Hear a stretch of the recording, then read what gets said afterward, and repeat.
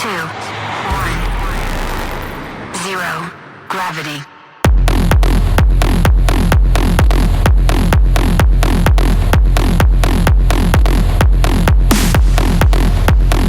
I think better than ever, in a way that I don't feel like caught up with my own success anymore. I really enjoy being on stage again, playing the music that I love the most, and feeling like complete creative freedom, which is amazing as an artist. That's the ultimate goal, to enjoy what you're doing. Well, like, I never hated being on stage in the first place. I just needed the time to reflect on all the success and everything I've done in the past. And I'm just really happy that I'm now that I'm able to play my new music, my new DJ sets, and being on stage again, seeing all the appreciation of the fans. Yeah, it's amazing. Yeah, 100%. That was probably the most exciting thing during my sabbatical, making music with basically no clue. You know, I didn't know if I was supposed to release this song or not, or no deadlines, complete creative freedom. And I went back to my own vinyl collection, and I started listening to the records that I bought as a kid when I was 14 years old. And there was somehow a reason why I bought that certain record, or like one of those records. And I wanted to excite myself again, feeling like that kid in the record store again. Why? And ask myself the question, why did I buy this record? What did I like about this record back in the days? And I used that as the main inspiration to create my new music and my new album, Rebels Never Die. Yeah, it's hard. That's like a really common question nowadays, that people ask me what genre I produce. But I think it's basically the stuff I started with. It's a combination between like early trance riffs from the 90s. It still has the same energy as my big room tracks.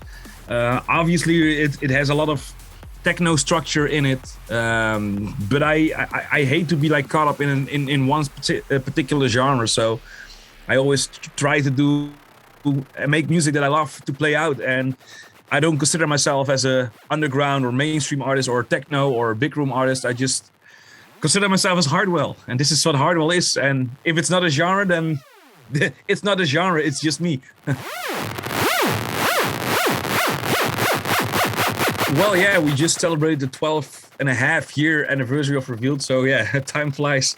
I basically started the label because I had a different vision in dance music back in the days. There were a lot of A&R managers from different labels that didn't believe in my sound, and it was really hard for me to sign some of my records. And at a certain point, it was like, you know, I'm done with having this discussion, and it takes a lot of having like a business discussion. Really takes it really distracted me from my creative side, you know? So that was one of the reasons why it was like, you know what, I'm just gonna start my own record label. And I'm surrounded by so many talented guys, and all of them, they can not even find a label, but I believe in this music, so why not releasing it myself? And that's basically how Revealed Recorded started.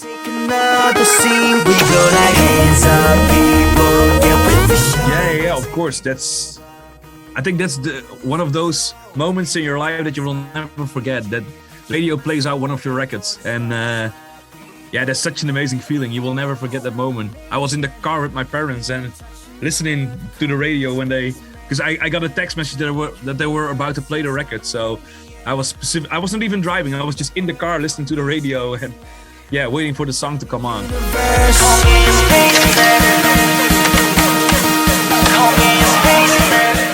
I think it's the purpose of the song that's the most important thing. And with that, I mean, like, you can have like a ballad where it's all about the chord and the emotions.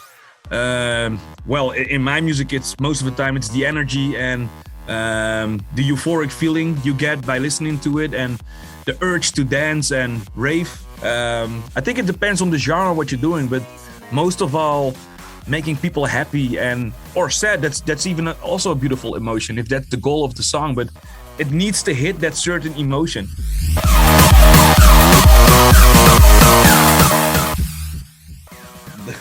I think there are a lot to name.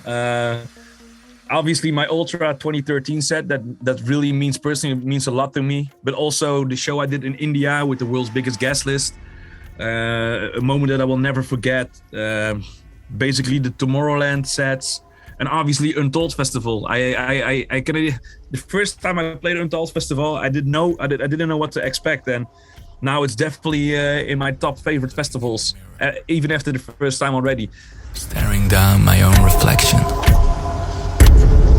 So many questions. I think that family and friends are always the most important in life, and success is just relevant it's not even relevant in that way that health and happiness are the most important thing, and success is underneath that, and being surrounded by nice people gives you the positive energy to continue in life in general, and that's the most important thing. My own creations.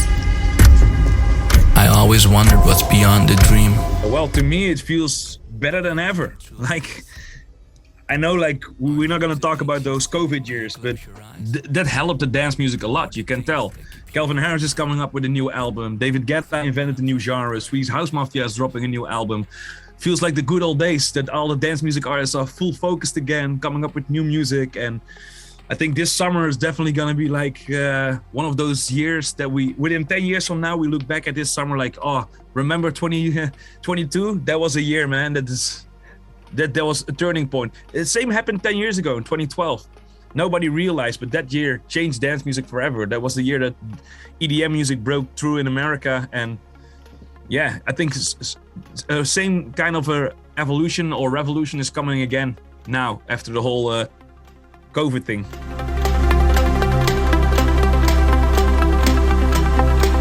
My untold story. Yeah. Wow.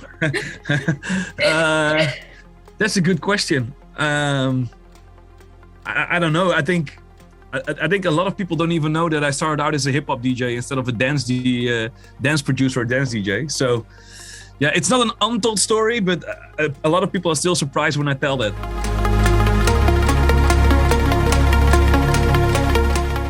Well, yeah, thanks for all the support, Romania. I'm really excited to come to Untold Festival, and I'm bringing my own Rebels Never Die production to the festival as well. It's gonna be a magical set. It's gonna be my longest festival set this year.